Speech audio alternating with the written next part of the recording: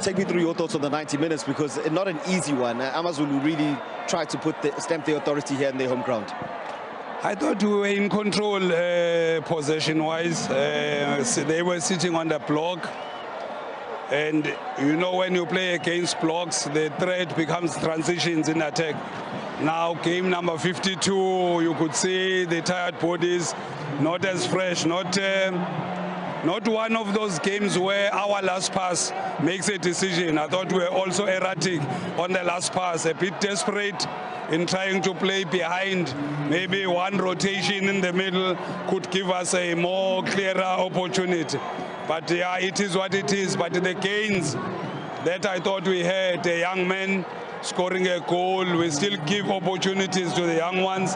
Tusomoleleki getting an opportunity. Okay, the result, not what we wanted, but I'm sure the experience that has been given to the youngsters is going to be good for them going forward. You mentioned it being good going forward. No doubt, after having played 52 games, as you're saying, it's really tough to keep going. How do you lift yourselves up and make sure that come Wednesday or your next fixture, you're fresh, you're ready, and you're fit and firing? We have one responsibility to try and refocus the team. See the bigger picture. There's still so much to play for.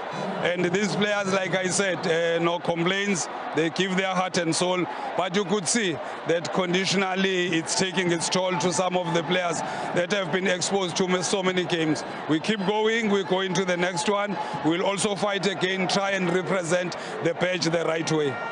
Well done, Coach. Thank you so much. Well, a point for